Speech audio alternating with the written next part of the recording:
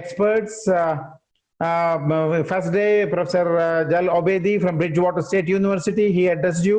Yesterday, Professor K.V. Nagaraj gave his lecture.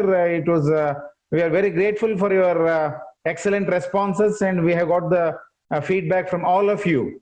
So we had a very roaring response when we called for our registrations, and academicians, researchers, social scientists, students from different parts of the country and different parts of the globe.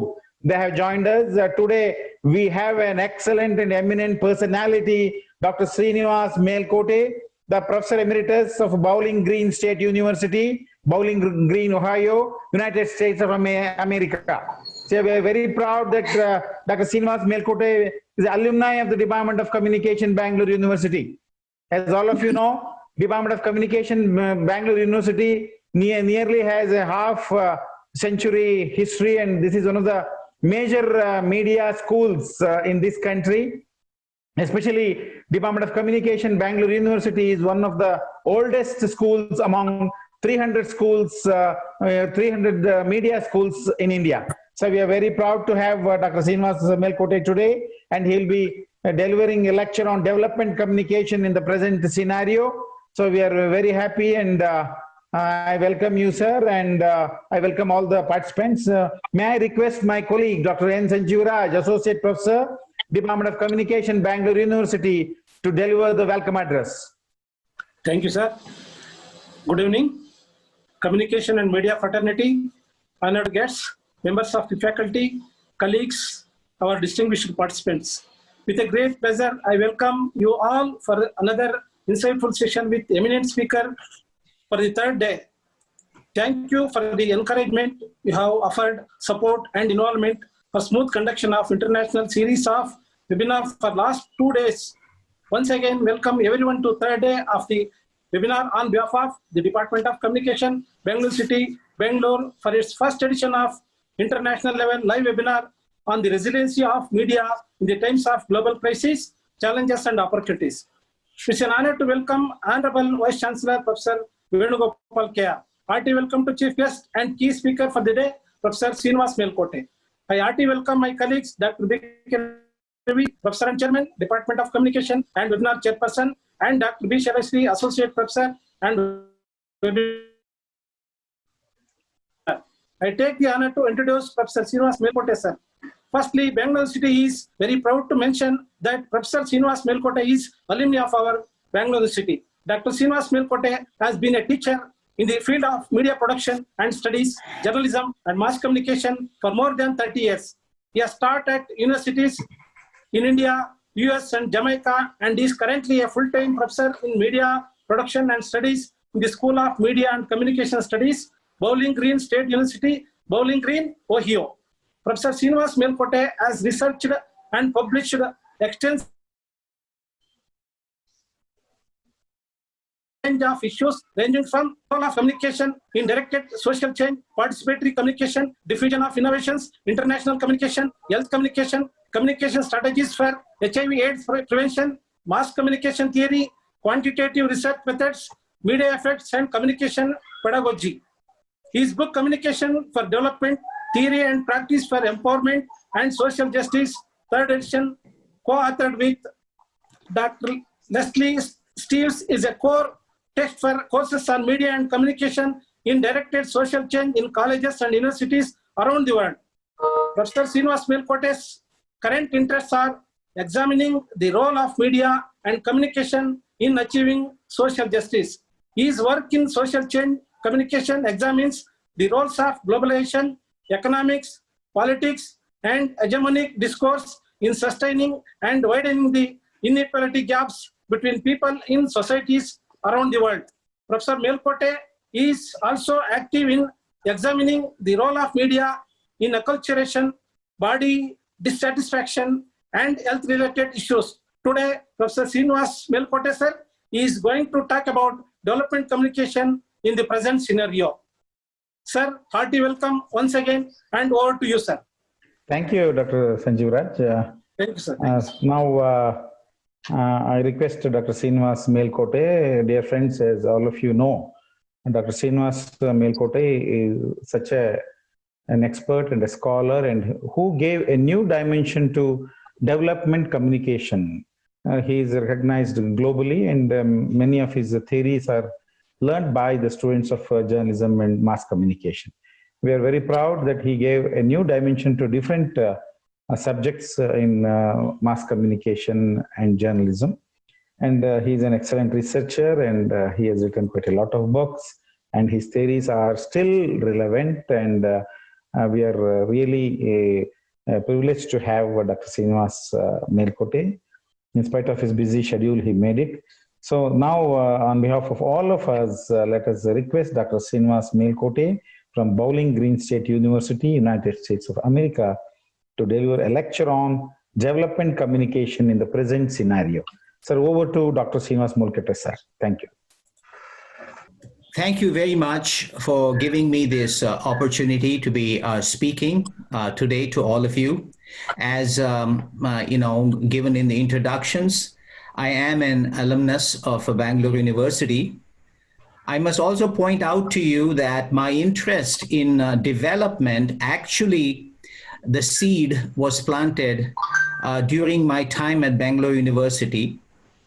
I attended Bangalore University for my master's degree in 1975, and Professor Eapen was the chairman and head of the department. And we were the first batch at the university. My other classmates were Dr. Sanjay and Dr. Satish Chandra and others. And during this time, India had launched a major communication and development program called SITE, S-I-T-E, that is Satellite Instructional Television Experiment. And that was ongoing during the time I was in master's. And so we were all asked to write our thesis on some aspect of SITE. And we had some of the best professors at that time, Professor Ranganath, Professor Natesh, Professor Shanmugam, Professor Eapen, and others, who instilled in us the importance of the role of communication and development.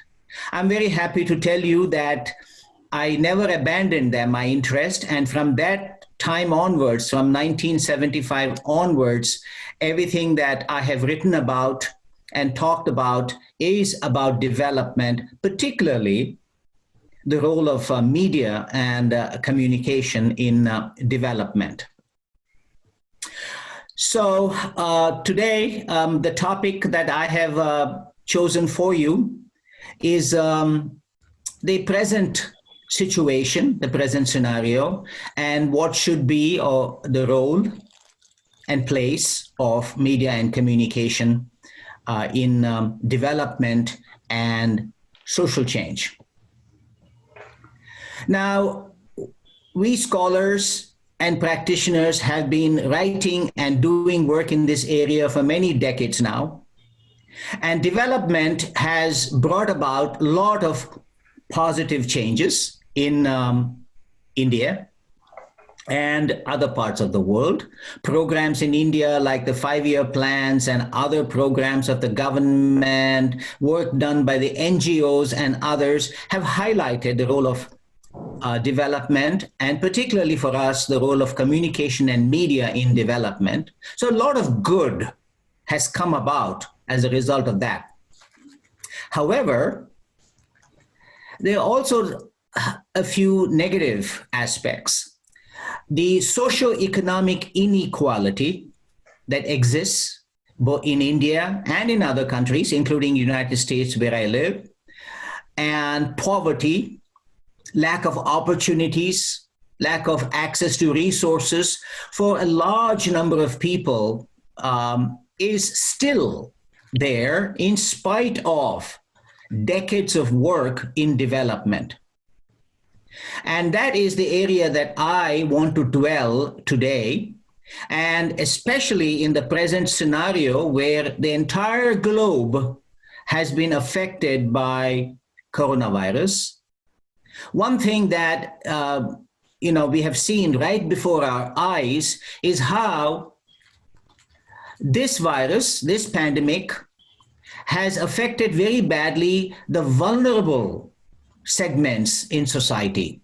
Okay, the lower socioeconomic segments in society. For example, in India, the migrant labor. I just want to take one example. I could take more. The migrant labor is one example where they have had to shoulder a lot of the negative effects, much more than the other segments of society.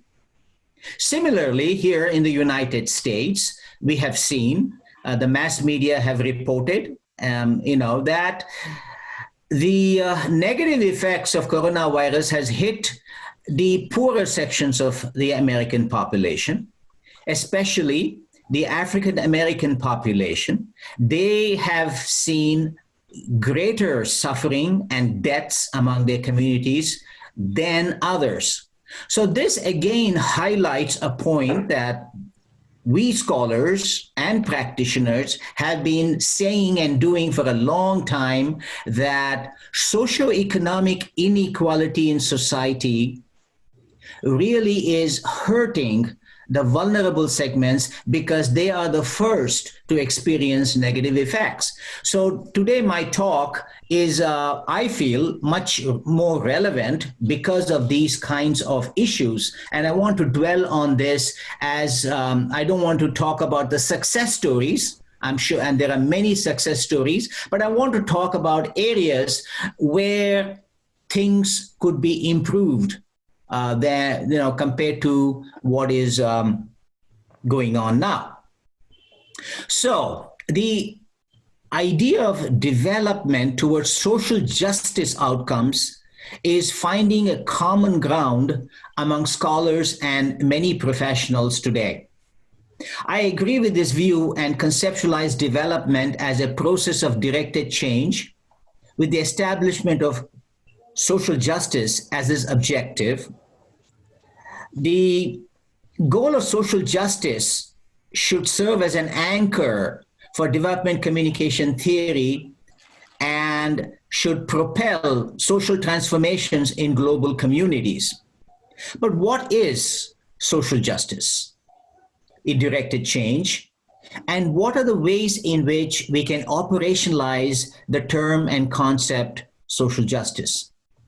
I believe, along with other scholars, that achieving social justice would constitute the elimination of persistent and endemic deprivation of individuals and communities in areas that are basic to human survival. Hello? And enhancing the capacity and capability of individuals and communities to live an effective and meaningful lives. Elimination of social injustice should be central to the process of directed change and development. And so media and communication processes and other actors, such as universities, should attempt to bring about social change that is committed to the goal of social justice. Therefore, any assessment of the role of development communication must be, I feel, in terms of eradicating the egregious forms of injustice in our society. So what are the facets of social justice that all people in a society must be guaranteed? At the most elementary level, everyone, regardless of gender, nation, class, age, race, ethnicity, should have access to basic education, healthcare, and to land ownership or sustainable and gainful employment opportunities. Individuals must have claims to social safety nets, especially during times of distress, like I talked about the coronavirus right now, and a guarantee of individual safety at all times. In addition, there should be opportunities for people to participate in an equitable market, to provide avenues for production, exchange, and consumption. Importantly, all citizens should have claims and access to the commons that include clean environment, safe environment in which to live, work, raise families, individual rights, civil rights, which include free expression of speech, autonomous mass media institutions, and transparency in all transactions that are open to the public and media scrutiny. So those are some of the important facets of social justice that I have underlined. So this brings us to a very important point. What should be the role of media and communication in bringing about some of these aspects of social change that I have talked about? So it is needless to say that development communication then should create, expand, and sustain the agency of individuals, communities, and organizations in directed change, and help in increasing the countervailing power of the victims of unequal development. In other words, what I'm saying is mass media and communication must be advocates of the victims of social injustice in our societies. Therefore, individuals and communities must have the opportunity and the capacity to play an active role in articulating and shaping the kind of development that we all desire. So what I'm talking about here is a move from a passive patient to an active agent of social change. The new avatar of DSC, of development communication, should be one that encourages and pursues an agent-oriented view for individuals and communities engaged in directed social change. So development communication then must work to expand and sustain democratic public participation and debate in a society.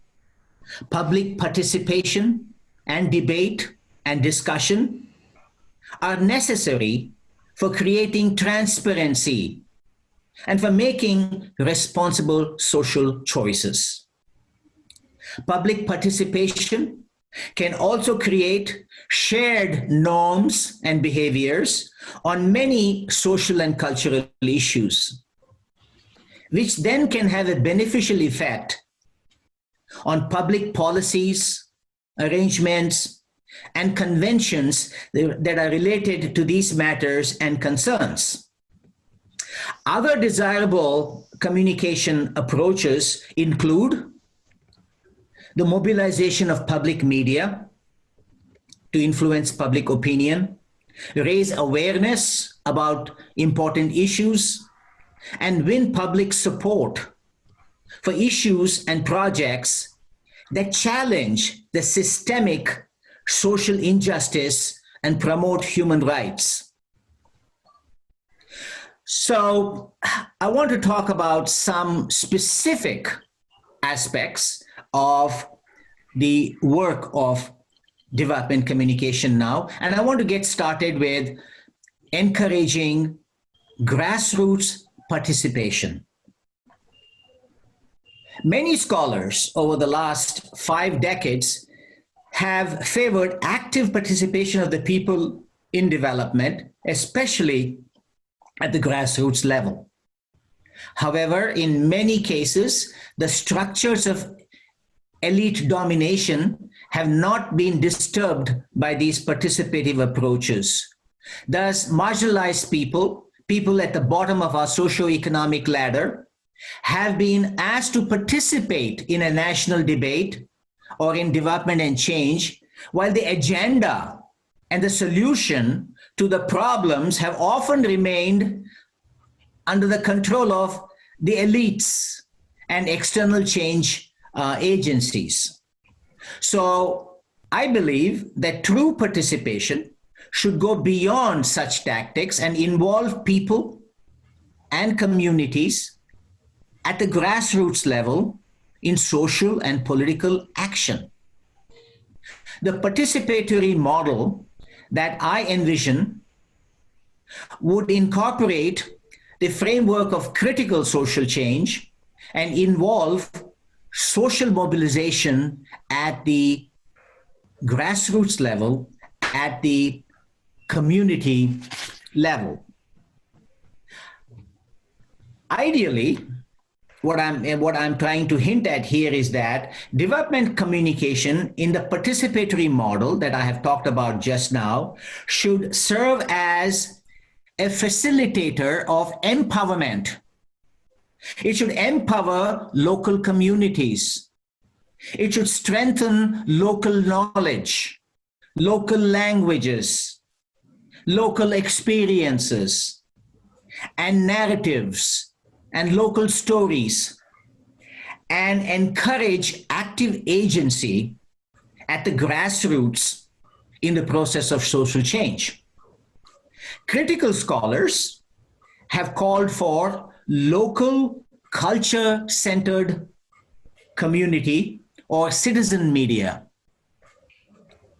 and processes of grassroots organization that are directed towards changing the elite structures that have encouraged and fostered poverty and inequality in many societies.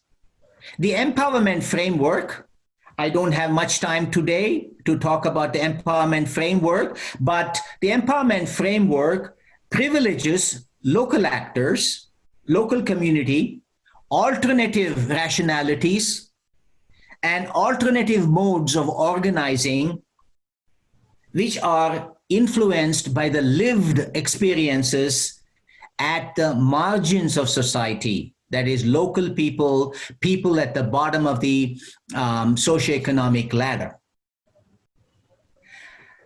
Finally, another aspect that I want to talk about is social movements. Throughout human history, social movements have always played an important role during times of great change. Many observers are now visualizing a post-development phase in which social movements could serve as radical alternatives, working on behalf of the marginalized people and against dominant knowledge structures and ideologies. In today's contemporary post-industrial societies, such as United States, for example, social movements are seen as vehicles to craft political identities, challenge dominant social norms, and serve as channels of resistance. You can see on your TV screens today all the protest movements that are taking place in the United States as a result of the racist act of a policeman who killed a black man a month ago in a very disturbing way. So examples of social movements include protests, political protests, protests against environmental destruction, protest against global capitalism, protest against big government, and should advocate for greater human rights, and including the rights of women and the Dalits and other downtrodden communities. While social movements may desire outcomes in many different areas in our society, what is of interest to development communication scholars is that it should sensitize all of us to the power structures that exist in every society that want to maintain the status quo and should work towards the attainment of basic human rights. This may be done in many ways: by collecting and sharing important information, by framing issues in the media, by building coalition with allies, by targeting mainstream mass media's attention, and generally working as vehicles of social mobilization at the community, at the national, or at the international level. 21st century events that we have seen in the last 5 to 10 years in Egypt, in Tunisia, in Syria, in China, in Hong Kong, in United States, in Brazil, in Turkey, in India, and other places have shown the efficacy of mobile digital technologies, such as smartphones, in crowdsourcing, a new term that has become very popular in the last 5 to 10 years, or creating very quickly smart mobs and bring greater pressure to bear on authorities. The efficacy of the movement in Egypt and in Tunisia, with the help of cell phones, to bring crowds of protesters to the streets, as well as in the United States today, where protests have erupted in almost every major city in the United States to protest about the unjust racial disparity in this country, has all been helped with the help of the mass media, with the help of communication networks, and importantly, the help of communication technologies, such as smartphones, such as social media, and many of the new technologies that we have all been enjoying in the last 5 to 10 years. Digital technologies that I'm talking about have proved to be effective in creating local awareness and global awareness of governments and other structures, laws and policies that sustain systemic injustice. Never before in the history of humankind have common people been able to command so much of power over media. For the largest time in our human history, all the way up to 1990, communication media, mass media was hijacked by the elites, by the powerful. But the new communication technologies has made it possible for everybody to be sources of communication, to be receivers of communication, and that is a very good thing, and we need to put it to good use. However, I must also point out that digital and mobile technologies can still be controlled and abused by powerful agenda setters, and therefore cannot be considered as the magic bullet of social change.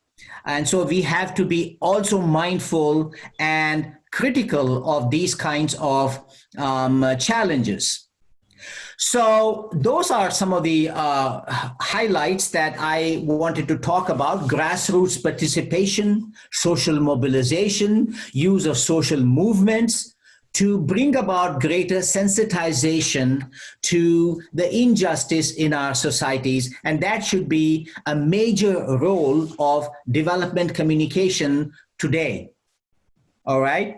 And the whole idea of this is to create and expand individual agency of all of us, agency of groups and communities, and therefore increasing the power, because after all, social change can only happen when we have actors who have power to come to the negotiating table and to discuss on equal terms with the power holders. And today I think it is possible because mass media and social media have given us that kind of power to bring issues that are important to us and discuss them in the public sphere.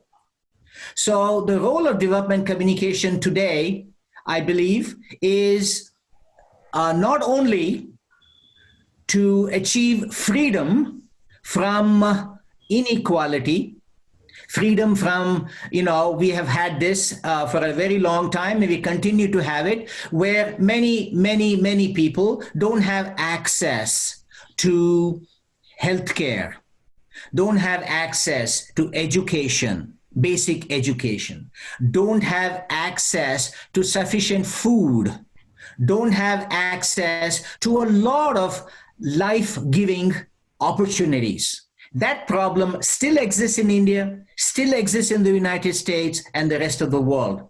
And so that is one important issue: freedom from underdevelopment, freedom from poverty, freedom from lack of access to important resources like clean water, okay, like lack of pollution. I want to be able to go out of my house and breathe air that is clean.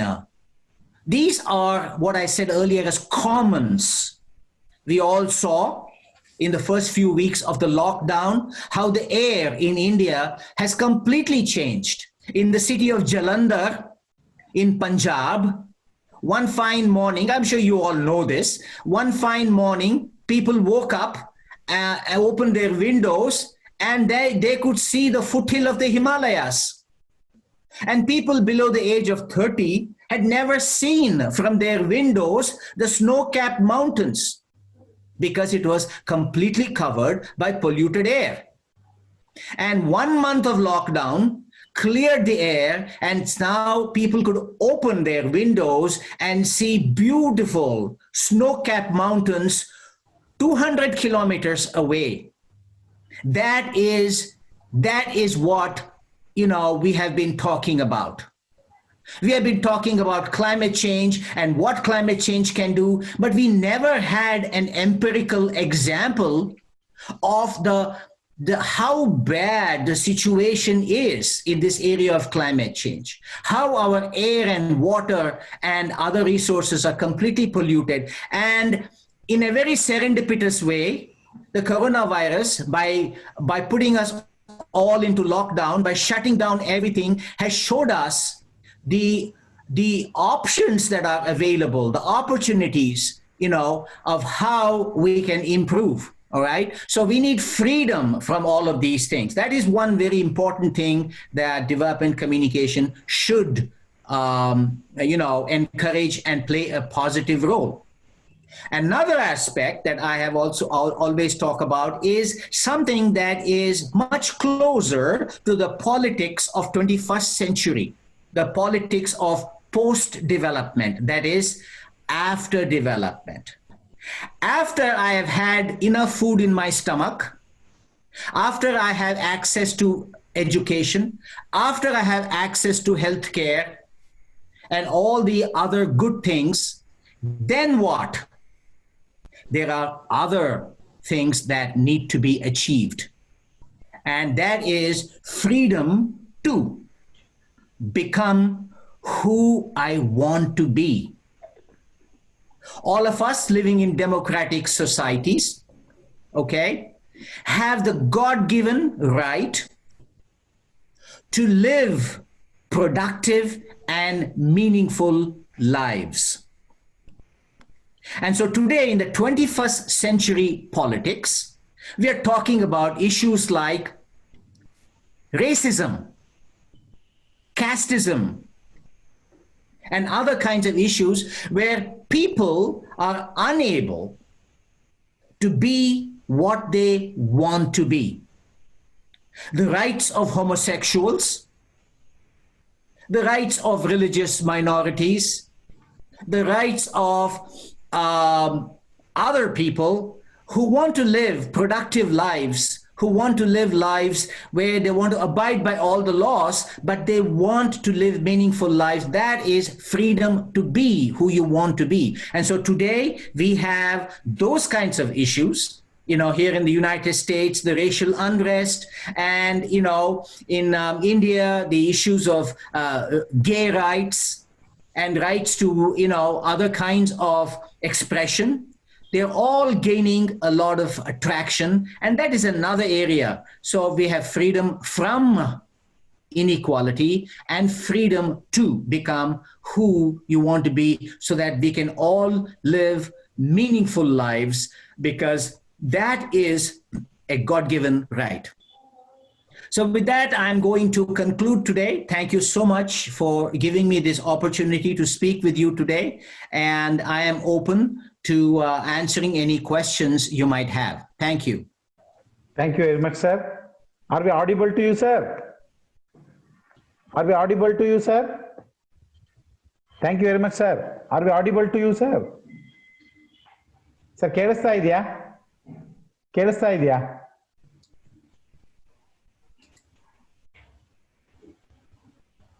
Sir ಕೇಳಿಸ್ತಾ ಇದೆಯಾ? Prashant. Sir, I'm just connecting to him. I'm got it. Sir, ಕೇಳಿಸ್ತಾ ಇದೆಯಾ? Yes. Yes, sir. So thank you very much, sir. It was an excellent presentation. We have quite a lot of questions. Shall we take up some of the questions, sir? Yes. Yeah. There is one question from Dr. Sapna from Department of Journalism and Mass Communication, University of Mysore. Sir, you mentioned about advocacy by our media. Do you think our Indian media has been practicing this in the recent times? Well, when you say media, there are different kinds of media. We have the mainstream media in India. And mainstream media usually, doesn't touch a whole lot on some of the issues that I have talked about. And they seem to be more busy with political issues, with the political scams and scandals and so on. And mainstream media seems to be hijacked by the ratings game, and that is going on. However, my focus, so the mainstream media, like mainstream television or mainstream newspapers, certainly have a responsibility in this area. But what I'm talking about are alternate media. I'm talking about different, rural broadcasting, development radio, and other grassroots media, where, a lot of good work is being done in terms of highlighting the plight of the downtrodden people, whether it be in Orissa, because their lives have been uprooted by the mining companies, or some other downtrodden issues. There is good work being done by the small media, by the grassroots media, by the NGO, and we need to get much more exposure. And what I'm trying to say is that today individuals like you and me with small organizations also have the capacity today to communicate through their social media platforms the message of positive social change. Okay, sir. Thank you. She has one more question. Being away from the country, how do you see the role of media in India from the perspective of a researcher? I've not been really away in the sense that physically, yes, I'm away. But again, we live in a different world today. I can read the Deccan Herald every morning if I want to. I can read Prajavani if I want to. Constantly through WhatsApp and other media, I get everything that is, going on in India. And can you just repeat the question again, please? Sir, 1 second. She wants being away from the country. How do you see the role of media in India from the perspective of a researcher? Okay. As I answered a little bit of this a few minutes ago, the role of the mainstream media, the main television news reporting agencies and newspapers to a great extent, they are more involved with, what shall we say, the highlights of the day and the political scandals and so on. But I think that the media in India does a much better job than the mainstream media in countries like the United States in aspects that deal with development. However, India also has many, many grassroots groups and rural broadcasting outlets, universities like your own Bangalore University, and other universities are doing good work using their media institutions, their media programs to talk about issues like development. For example, right now, we are doing it right now. We are talking about the issue of development, and we have, opened it up to a lot of people to listen and to participate in this. And so I think India has always had a healthy interest in development. After all, I'm a product of India. My early education, all the way up to master's degree, has been in India. And this whole, this interest and this love for development communication, after all, came to me from India. And newspapers in India, I do not want to mention names, have done a lot of investigative reporting and other kinds of reporting on issues in development. However, my issue today, what I was talking about, is that in spite of all of these things, we still have the poverty level. We have raised millions of people above the poverty line, and that is good news, but still we have major issues. Today we have, I could take India and the United States as two examples. We have 40% of the country in the United States that does not have access to broadband. And I'm talking not of India, I'm talking of United States, does not have access to broadband, does not have access to a lot of resources and opportunities. Similarly, in India, we have a large number of people who earn less than $2 US dollars a day, in spite of all the good work that has been done. And so that is the issue that I really am concerned about. What can we do? What can we do to eradicate poverty? What can we do to give everybody, every child, access to basic education, basic health care? That is the challenge. And somehow we are able to put a man on the moon, and now we are talking of putting a man on Mars. But yet we have people who have to walk 20 kilometers to pick up firewood and bring it home. Okay, what can we do about that? So there is still a lot of work that needs to be done, but good work is being done. Yes, sir. Thank you. And there's one question from Moon Jana from the Department of Journalism and Mass Communication, Ashutosh College, Kolkata. Her question is, what's your take on social media as a tool? Can it be used for development communication? Oh, that is a very good question. Thank you. Yeah. Can it be used for development communication? Definitely. Is it being used for development communication? No. I am, let me first make this, say, there are social media groups that have, done good work here. I gave you the example of social media like Instagram, like Twitter, that have been used, in the revolution in Egypt or in Tunisia, and for crowdsourcing, this kind of work is being done and it is very good. However, I would like to talk about the much larger social media. And here I'm talking about groups like Facebook, just to take one example, which actually is not doing much work in the area, of development and positive and critical social change. We have today almost 2 billion people who use the Facebook. Facebook is basically creating islands, where we have groups of people who congregate together and talk about issues that are important to them.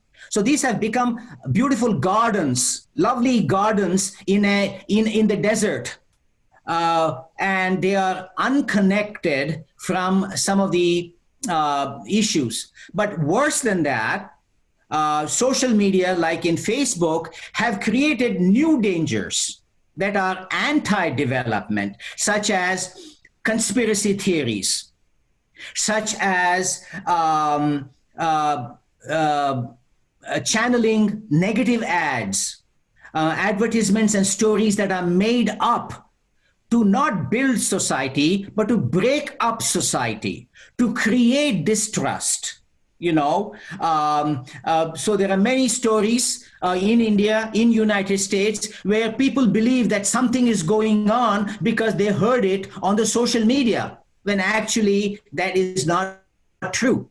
And so there needs to be, in my opinion, greater public outrage against some of these elite social media that are harming society and amplifying the voices of leaders and others who want to create division, who want to create chaos. And so in that respect, I think that social media, the big social media, are not doing the kind of job that, that is possible. They're not living up to their potential. So today the problem we have are conspiracy theories, bogus theories, exaggerations, and how algorithms are being used to channel us into areas that make us angry, but most of the time these are all made up.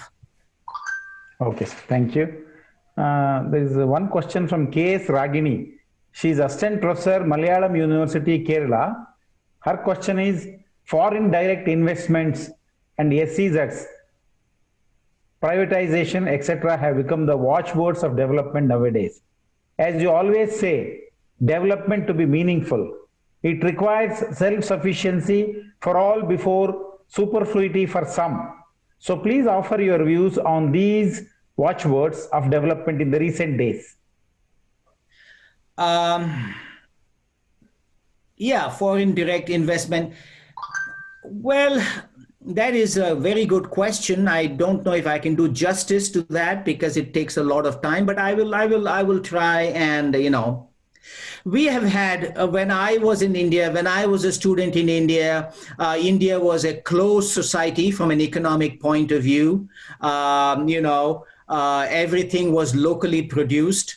And there was this Swadeshi movement. I do hear and listen these days about how in India now, as a result of some of the political issues that are going on in India, there is again a focus being put on self-sufficiency. Go for local, made in India.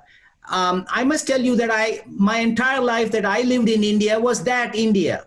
Okay, where everything was local, nothing, some of the things that I see in India now. I go into a supermarket and the kinds of things that I can see, that I can buy, plus all the other technologies that we have, from our ubiquitous, mobile phones to all others, would not have been possible when I was in India. When I was in India, and I'm talking up to 1980, it took 5 to 7 years to get a landline phone. Phone was considered a luxury. It makes us laugh today, doesn't it? Today there's a phone in everybody's pocket, right? But till about 1985, it was considered a luxury. It was considered the toy of the rich. It took 7 years. It took 10 years to get a telephone. 85 to 95, getting the landline connection. Exactly. Yes. And so I just want to tell you, while it sounds, it sounds good. Hey, we want to be local, and it sounds good. But I think we have walked into globalization. It is very difficult to walk back. We have to be realistic. Okay? On the one hand, we should not be dependent on another country for basic things. All right? But we have to draw a line somewhere. Okay? Globalization, if done correctly, is a good thing. Is a good thing. Just take the issue of coronavirus. The coronavirus does not attack Indians only, or Americans only, or only Hindus, or only Christians, or only Muslims. It attacks everybody.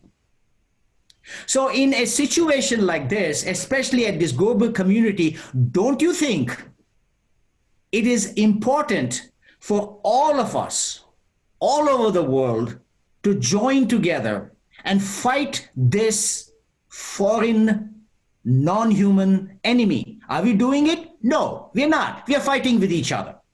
United States wants to pick up a fight with everybody. United States wants to walk out of World Health Organization when there's a pandemic going on. And now how bad is that?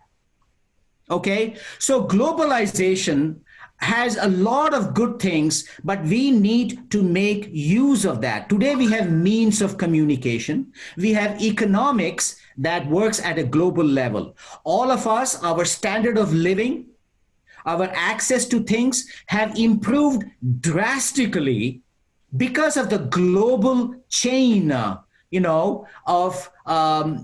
economics, in media, in communication, in information. You and I are today having a conversation with each other like I'm sitting in your house and talking to you, but I am here 8,000 miles away. All of this has been brought about through the technology of globalization.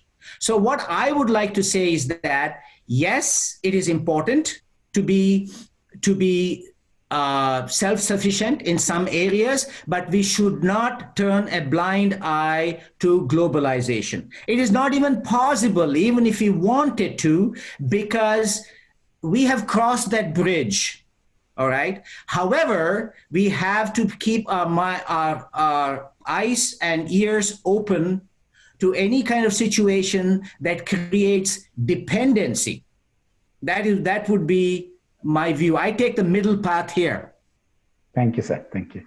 And there is one question from Dr. Shekhar Reddy from Christ University, Bangalore. What sort of role the media should play at this juncture in India, where governments are without responsibility and people are without fear over corona?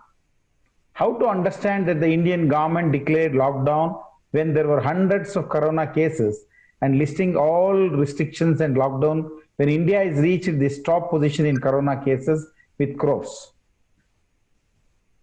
So what is the question? What is the what question? Sort of role the media should play at this juncture in India? And he speaks of the lockdown and the people does not have fear and government had they're withdrawing all restrictions. What should be the role of media at this juncture? Because hundreds and thousands of people are infected by corona. Yeah. Well, I spoke about some of those things in my talk today. The media, both the mass media, the social media, the mobile communication technologies, the grassroots communication networks, they are all, have a very important role to play. The pandemic has highlighted the problems and issues that we scholars have been writing about.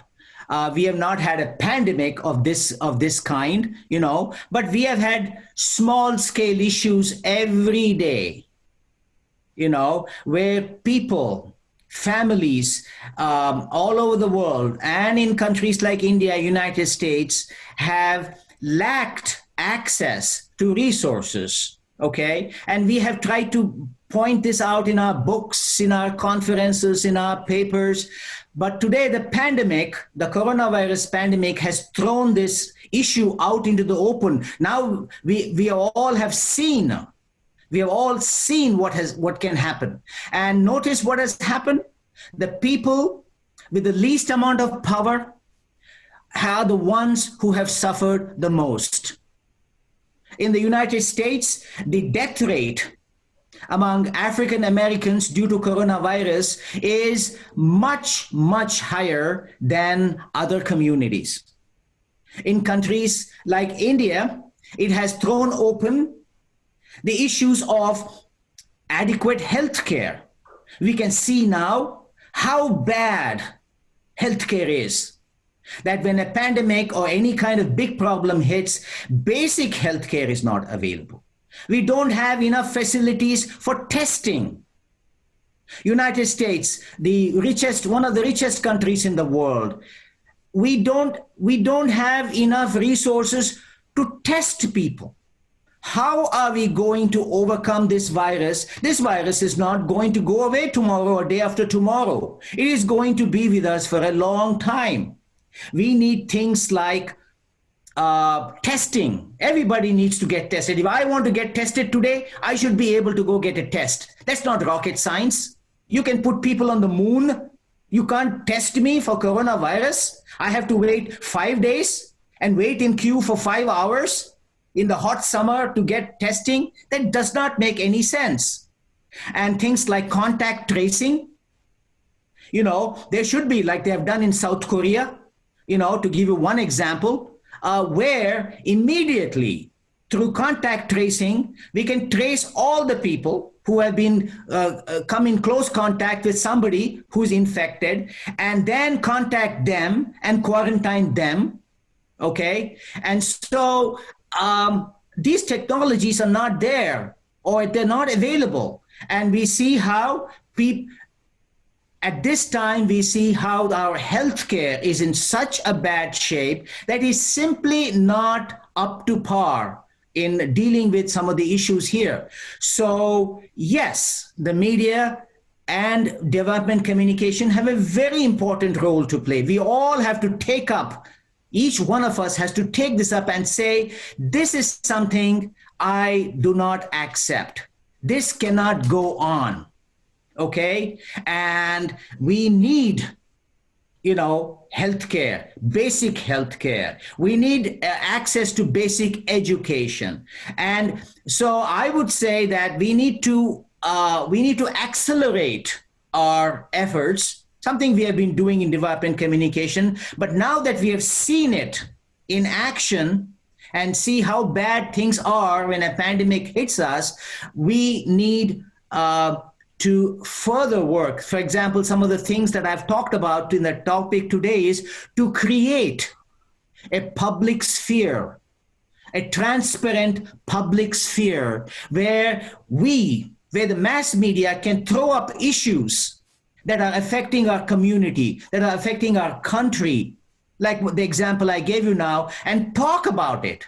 Invite people from all walks of life for their, ideas, for solutions. And so one of the things we still lack, even in democratic countries like India and United States, is a lack of transparency.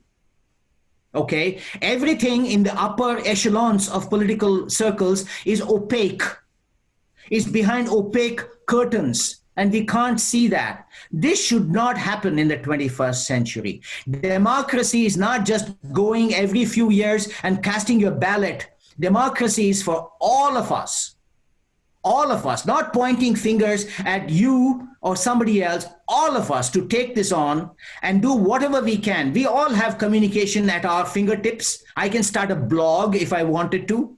I can participate in chat sessions. I can do many other things. And we need to really take this up and take this up as a challenge. And so I would say that the role for development communication has only become stronger and urgent as a result of this pandemic. Okay, sir. Thank you very much, sir. It was excellent. Now we have a question from Sibanti Padmanabh from Tumkur University. Is it getting late, sir? Shall we take some more questions? No. Don't worry. It's not. I have a habit of. I'm sorry. I shouldn't have done that. No. So thank you, sir. No problem. Because there are a lot of people. They have their questions.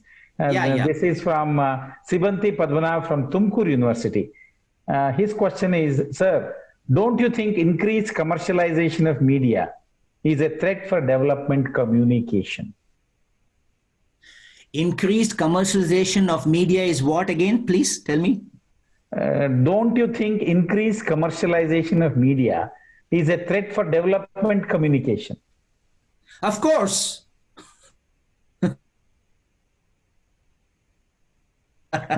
Sir, I've been saying this for a very long time, and I also made a point to tell you in my talk about the role of mainstream media, not just the news media, but also the mainstream entertainment media and other social media that are so commercialized that we have this is something we have discussed over and over again over the last several years, and this is a problem. Okay, and the pandemic, and that's a very good example for me to take, because we all have seen it and we know what's going on, has again showed us the lack of touch that the commercial media have with the problems of society. Okay, and so we have far more news about the private lives of film actors and film actresses and their parties than issues of the problems of migrant labor. We all saw how millions of people, migrant people, and the kinds of problems that they had to overcome, or they had to endure rather, when the lockdown was put into place in India. They were just left, abandoned, with no facilities whatsoever for work, for earning money, or even to go home. And we read about horrible stories where people had to walk, hundreds of kilometers just to go home. Okay, these are real problems. It's still with us. Okay, I hope that we will continue to talk about migrant labor, to talk about other downtrodden groups, when things get better. Because so the pandemic has thrown open to all of us the issues and problems, okay? And these are not going to go away. Climate change is the next pandemic. It's not even the next pandemic. Climate change has already started.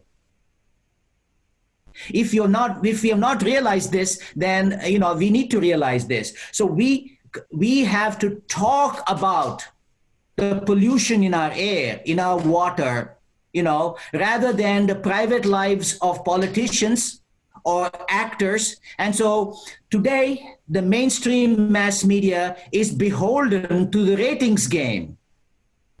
And businesses are beholden to their profit margins. This has to change. And development communication through grassroots groups and other responsible media have an immense potential to deal with some real problems that is facing our people in our societies. Okay, sir. Thank you, sir. And there's one question from Dr. Hampesh from SDM College, Ujire. Sir, do you think development communication can work in a country like India, where media has been corporatized? Well, definitely it can work. I mean, after all, India is one of the birthplaces of development communication. I gave you a little bit of my own history, and development is a very important goal of the Indian governments at the state level, at the central level. And so development India has been one of the leaders in development, starting way back after independence in the 1940s. And as I started my talk today, India has done, along with China, done a lot of good work in development. India has come a long way. Hundreds of thousands of people have been lifted from abject poverty. Okay, I'm not saying poverty has gone away, but I'm just saying the condition and lives of people have improved a lot. For example, the Indian scheme of rural employment has been a huge success. Okay, to just give you one example of the guaranteed rural employment scheme. So India should be considered as a leader, and yes, it can work. And I forgot the thrust of the question, but basically what I'm trying to say is that it is possible to work, and because of corporatization, can development communication work in a country like India? Yeah, I did mention a few minutes ago about the commercial nature of media, and so that relates to the corporatization of media in India and also in the United States. We do have indicators like ratings that seem to be much more important than some of the social issues. And so that is a problem. And, and this is something that we have noticed before, and we'll continue to talk about that. I think it is very important now with the coronavirus pandemic we have seen, and with the climate change that is going to be even more destructive to our lives.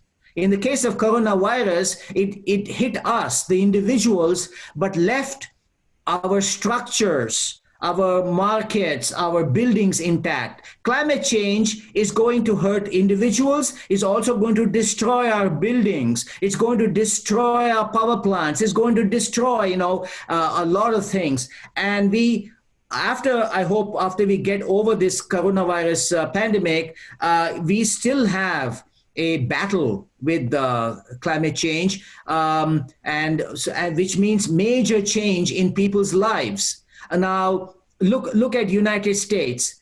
A lot of people in US do not want to wear mask. Now tell me the wisdom behind that. These people say, I don't want to wear a mask because I live in a free society and freedom, okay?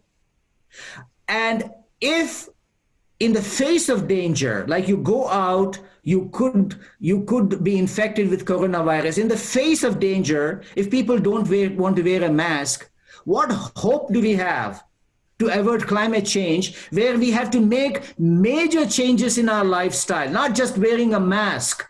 We have to do things that are 100 times more serious than that, okay? And corporatized media is not interested in these kinds of things because they're interested in their ratings. They want to see how many people are listening to this, how many people are watching that. But that does not solve anything important as far as development and social change is concerned. So corporatized media, yes. However, I would like to talk about a silver lining in this very dark cloud. And that is, again, a point that I made in my talk. Today, you and I and everybody else, we have communication tools at our fingertips. We can become active citizens. We can become activists. And we can create our own groups, or we can join other groups, through networking. And we can bypass some of these corporatized media, because probably they are not going to change. And there's no point in even trying that, though it's a good idea to try. But we can, on our own, bring these issues into the public sphere, into the public marketplace, and we can talk about this and bypass the corporatized media. However, I should also point out that today, because of the increased networking, the corporatized media are listening to us. They're very mindful of what you and I are doing and saying, because, again, they're interested in their ratings, right? And so, for example, now take the example in the United States. For the last few weeks, we have had serious riots in the United States relating to racial inequality. See how many corporatized media have joined the game. Many of these big media networks have openly supported, the groups that are fighting racial inequality.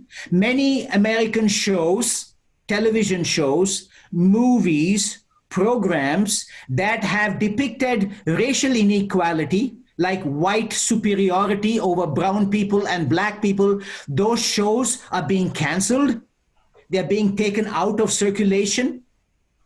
And big corporate media like Nike and others are supporting these causes by not advertising in groups in like social media. Social media like Facebook has now 800 corporate media that have said, we will not be advertising on your show because you are in the business of spreading hate for profit. And corporate media have taken us. So it is possible that a lot of corporate media are very mindful today because of the kind of power that ordinary people like you and me have in making our views heard. And so we should continue our work and make the corporate media change their ways. Okay, thank you, sir. There's one question from Professor Sanjay. Lack of media access in the past placed media as an agency of participation. Two-way and handheld devices were imbued with revolutionary potential. The evidence is disproportionate to what was expected. Awareness, as has been repeatedly stressed, is no substitute for reforms in the political and economic sphere. Yeah. Hello, Sanjay. How are you? Thank you for the question. Sanjay and I go back a very long time to 1975, and we have kept in touch since then. Thank you for the, yes, there is participation, and I have always said this, participation is good. But at the end of the day, participation for what? If we do not have activism, if we do not have individuals, organizations working actively to bring about change, no amount of participation is going to help. That was the problem we scholars had with this concept of participation. Participation, what type of participation? Participation can be at different levels. There is token participation, like all of you raise your hands and say whether you like this or not, and people raise their hands. That is participation. That's a very token participation. And participation can go beyond token participation to inviting or allowing people at different levels in society, grassroots, to participate in the agenda of a development program, to participate in the execution of that. So this kind of participation is looking at more hands-on engagement, okay? And this is more empowered participation. And so participation with the objective of empowerment or of citizens is something that, so we need to go beyond mere participation to involving everybody in the process of directed social change. So handheld devices are great to watch your favorite movie or listen to your favorite song, but we all need to use our handheld devices to become members of networks and groups and talk about, and not just talk about, but be involved in, all of us can participate in small ways towards the bigger effort of bringing about empowered participation. That is what I have always talked about. Okay, thank you. So there is one question from Dr. Satya Prasad, College of Applied Sciences, Muscat, Sultanate of Oman. Is the media largely responsible for underplaying the role of development communication in the Indian context? And how would you sum up the role of mainstream media in the West in giving development communication its due place in the society? I kind of answered this question a little bit earlier when I said that in countries like India, the media, the mainstream media, have played a much more active role in aspects of development and social change than the mainstream media in developed countries, in rich countries, for example, the United States. So I would go ahead and say that the mainstream media in the United States have always neglected development. I came to the United States in 1980. And luckily for me, my graduate advisor was an African gentleman, and he was also very interested in development. And so my connection to development continued, even though I was in the United States. But I saw that in mainstream media, the word development had no meaning. In fact, when I say development in the Indian context, we all understand what it means. But in the United States, that simply doesn't have the same connotation. United States development is fundraising by the university or something like that. It doesn't have the same kind of connotation. So, mainstream media have never really taken any interest other than some public service announcements, such as, do not smoke, or do not do this, do not do that, or eat healthy food and stuff like that. However, in India, the media, newspapers, starting with newspapers, news magazines, have played a very important role in aspects of development and social change. And their responsibility should continue because I told you freedom from inequality and freedom to become who you want to be. And so the media still have a responsibility to play here. And particularly in the United States now, when with the coronavirus, suddenly I saw that the mainstream media are talking about social inequality as if this is something new, as if this was not a problem in the United States for all this time. Suddenly they've woken up and said, oh my God, there is social inequality here. And certain kinds of people are dying in much larger numbers because of social inequality. And suddenly there is a lot of talk about social inequality. And media now in the United States are devoting a lot of time in space in newspapers and time television and radio networks to talk about social inequality. And that is good. And I think we should continue. Finally, they have realized that they do have a responsibility, these kinds of issues, they need to talk about that. How so many people lack access to broadband. So many people lack access to health. In the United States, one of the richest countries in the world, there are millions of people who have no access to good health care, not because it is not available, but because it is too expensive. It is so expensive that people would rather not go to the hospital or see a doctor simply because it is prohibitively expensive. This is something we have talked about for a very long time.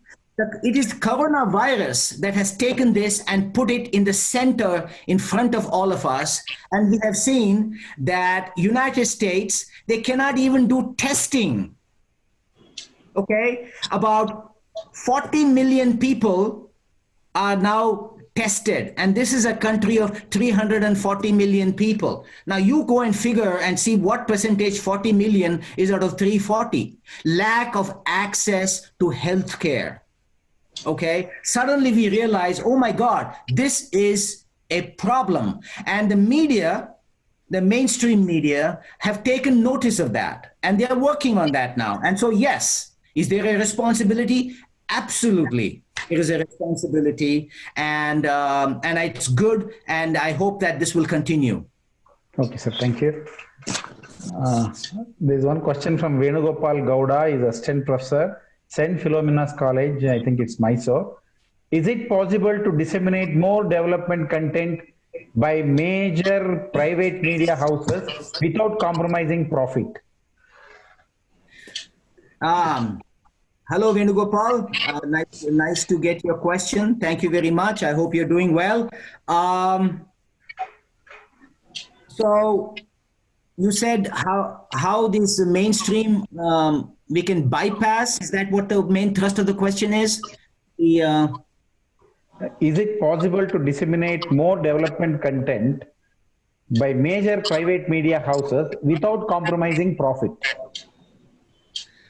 Well, I don't know. I certainly am not an expert in that area because I've never ever worked for these mainstream media houses. I think yes, there is a responsibility. We are in this together. The pandemic has told us that there is none of us are immune from the problems. Okay, and so yes, we are all in this together. And whether you are commercial media, mainstream media, or grassroots media, I think that it is very important to discuss major issues simply because today we have the means to solve our problems. Okay, and so it is very important that we bring these issues and problems right in front of the public. And so the corporate media, the main media houses, I think, can become more credible by devoting time and energy to look at problems in societies and how the societies can be made better. Again, I would like to take the example of the United States now. Racism has been a problem in this country for a long time. Okay, and we have talked about the dangers of racism here, and not much has been done, as you can see, over the years. And then in the recent last month, we have seen how suddenly there has been an explosion of anger and outrage against the lives of, for example, Black men. Okay? They cannot go out and walk on the street without some other person calling the police on them. And the police arrive with their guns, and they're trained to use violence. And suddenly now, all the media, the big media, have noticed that. And in the last few weeks, many corporate media, many mainstream media have been very sympathetic to this, and they have taken action to deal with some of these issues, not only in their coverage, but also, as I told you earlier, programs that have depicted racism in Hollywood movies, in television shows that have encouraged racism, have all been, identified, and many of them have been removed from circulation. This is your corporate media trying to be socially friendly now. So yes, it is possible to bring pressure on these houses, and their image is only going to improve. To answer your question, let me give you just one example. Okay, or rather, I will give you two examples to make my point. A few years ago, a black American football player called Kaepernick, he, at the beginning of every game in the United States, they run the American flag, and everybody sings the national anthem, and everybody is supposed to stand to attention when the national anthem is being sung. And Mr. Kaepernick, a few years ago, in a major football game, he, instead of standing, he knelt. He kneeled. And he said, I am kneeling to protest against police brutality against black people. Okay? I love my country. I love my country's flag, but I cannot support this kind of police brutality in my country, and I am going to protest. It was a non-violent protest. He knelt. That led to all kinds of problems for Mr. Kaepernick. He was kicked out of commercial football. He became a nobody instantly, and he was criticized and accused in the major mainstream media. And to this day, many years have passed, nobody wanted to hire and use Mr. Kaepernick, even though he's a fantastic football player. Now, why am I telling you this story? A few months after Mr. Kaepernick did that, and there was so much of outrage against him, Nike company came up with an advertisement supporting Kaepernick and supporting his ideas. They took out a huge advertisement, okay, and they were taking a big gamble because this could succeed or this could fail. But Nike took a stand and said, this is something we are going to support, racial equality. And you know what happened? Everybody said Nike's sale of Nike shoes is going to go down. Their profit margin is going to be destroyed. But just the opposite happened. Nike sales went up. Another example I want to talk is this famous car racing in United States called NASCAR. NASCAR. NASCAR is a very, very big car racing competition. Is done every year. And right now, NASCAR has car races. It has been, for the most part, dominated by white people and white fans. And they have openly, how should I say it, shown different kinds of gestures by flying a flag that is not considered very good in terms of blacks. It's called the Confederate flag. They're doing that, and they have done that the whole time. But recently, NASCAR, after the race riots took place, they made the bold decision of removing the Confederate flags, because Confederate flags, to a lot of people in US, supports racism. It supports slavery of black people in the past. okay, they took down the Confederate flags, even though a major part of their fan base are white people. And a lot of people said the amount of tickets that NASCAR is going to sell is going to go down. But actually, the sale of tickets for NASCAR after they removed the Confederate flags has gone up by 8%. Okay, so is it possible for them? Absolutely. Is it good for them? Absolutely, yes. Thank you, sir. Because of lack of time, questions are pouring, sir. Questions are pouring in, and let us take last two questions, if you permit me. Okay. Can we take up last two questions? This question is from Dr. Asha Krishnaswamy. She was with Deccan Herald. Now she's an independent journalist. She has a question. In India, according to you, which is the biggest social movement on social media in the recent years?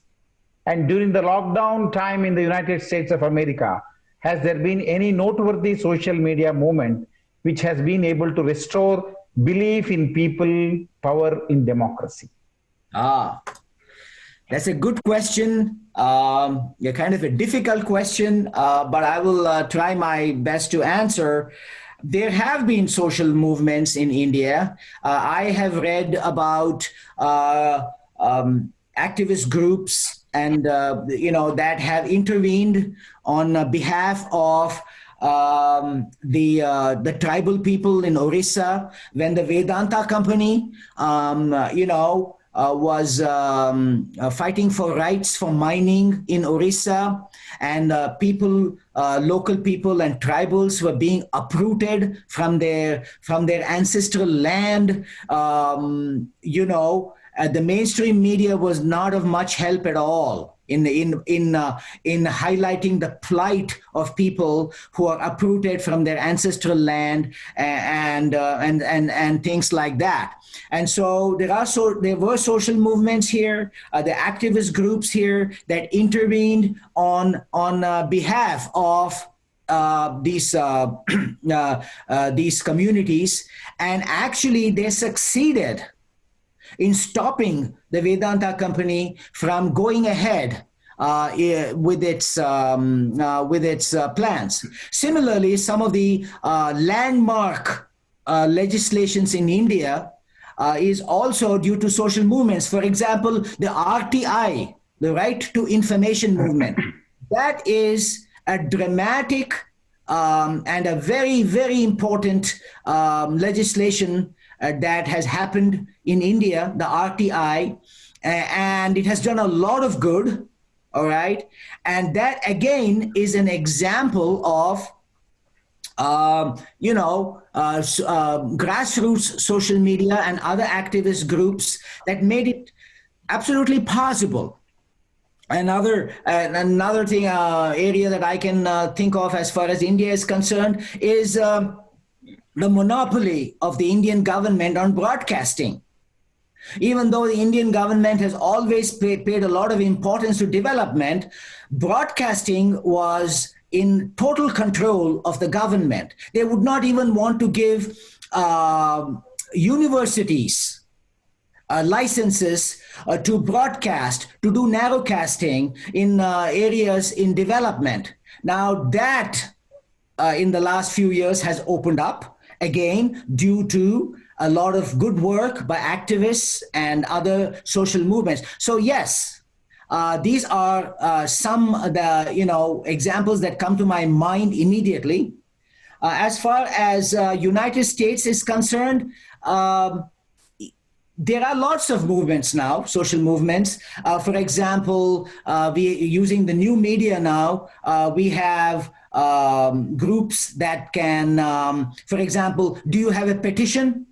Do you want to petition something? Okay, there's petition.org. You can go. Do you want to do some work in the area of development and you need some funding? Yes, you can go to GoFundMe.org. And so like that, there are now lots and lots of groups and social movements that are tailored to development issues and programs here in the United States. And I think there is a lot of scope now, now that we have seen as what a certain pandemic can do to us. There's a lot of scope for us to identify and concentrate and focus on these issues. And all you have to do is, I know the person who asked me this question works for Deccan Herald, and I'm sure she knows much more than me about what can be done, but you just have to look around. Go ahead, look around you, choose a project, choose a topic in which you can support in some way or possible, make a difference. Thank you, sir. There's one question from Prashant Malur. His question is, how can we derive a solution for freedom from hunger, poverty, illiteracy? What do you think is responsible? And as a citizen, how or what should be our contribution? Well, this freedom from hunger is one of the basic freedoms that we should all have, and this comes under what I told you earlier: freedom from inequality, freedom from lack of access to resources like food, like employment, like clean air, like clean drinking water. Yes, that is a fundamental freedom. Okay, if we can put a rocket in space, if India can, I know India had wanted to put send a rocket to the moon. Unfortunately, in the last minute, it did not work out. But it showed that India has the technology to do some of these fabulous things. So doesn't India then have the technology to make sure that everybody goes to bed with a full stomach? There's 20 to 30% of children in the United States, I'm sorry, not United States, in India, who go to bed hungry. Certainly India has the expertise, the technology. So this is a very important freedom. And I hope that all of us can, through our grassroots networks, through our activist platforms, really pay attention to this, to pay attention to so many people who lack access to food, but also there are some other new things. There are many people who lack access to the internet. Today, internet has become like food. Not having access to internet is a very bad thing. And today in India, we have that, issue, lack of access to. So these freedoms, yes. But then depending on the government to do everything may not be the best thing. We have to, join together through groups, through organizations and work, and also bring pressure on the government to continue to work in this particular area. Thank you. Okay, sir. Thank you very much. Still, we have more than 15 questions. I'm so sorry we do not have sufficient time. Professor is continuously speaking to us since 1 hour 40 minutes. So I think we'll forward all your questions to Professor Srinivas Melkote. Maybe we will get the answers from him. So thank you very much, sir. May I request my colleague, Dr. Shailashri, to propose the vote of thanks. Thank you, sir. Good evening, everybody. On behalf of Department of Journalism and Mass Communication, it's indeed a great pleasure to thank Professor Srinivas Melkote of Bowling Green State University, Ohio, for a wonderful session on development communication in the present scenario. Thank you, sir. I also thank the Honorable Vice Chancellor of Bangalore University. I thank our department chairman and former Registrar of Bangalore University, Professor B.K. Ravi sir, for organizing an international webinar on resiliency of media in the times of global crisis, challenges and opportunities. Thank you, sir. I thank my colleague, Dr. N. Sanjuraj, Associate Professor and Convener of the webinar. I thank all the academicians from all over the world for taking part in this webinar. I thank all the research scholars and the students. I thank one and all. Thank you, sir. Thank you, Dr. Shailashri. Thank you. Sir, once again, we are very grateful to you, sir. You have spared your valuable time. It was an excellent lecture and we had an excellent question and answer session. Many of my colleagues, our academicians, researchers, and students, they want to interact with you. They have quite a lot of questions. We will send all the questions to you, sir. You can kindly send the reply to them. Again, once again, we are very proud that you are the alumni of our department.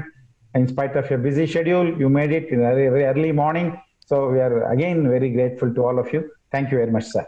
And my dear friends, I'm very grateful to all my friends for your excellent encouragement given to the Department of Communication, Bangalore University. And this was the third day of our international webinar. And we had Dr. Srinivas Melkote with us. And tomorrow we will have Mr. P. Sainath, the renowned journalist and Magsaysay Award winner, who will be speaking on why corporate media cannot properly cover lockdown crisis. As all of you know, P. Sainath is a social activist, is a renowned journalist, and is a Magsaysay Award winner. So let us listen to him exactly by 6 p.m. tomorrow. I want all of you to join, and thank you very much for your encouragement and support. Let us not fear COVID-19. Let us fight COVID-19. Please stay safe. Once again, I thank Dr. Srinivas Melkote for his excellent lecture. So thank you very much, sir. Namaskara, sir. Thank you. Sir. Thank you, sir. Namaste, sir. Namaste. Thank you. Thank you.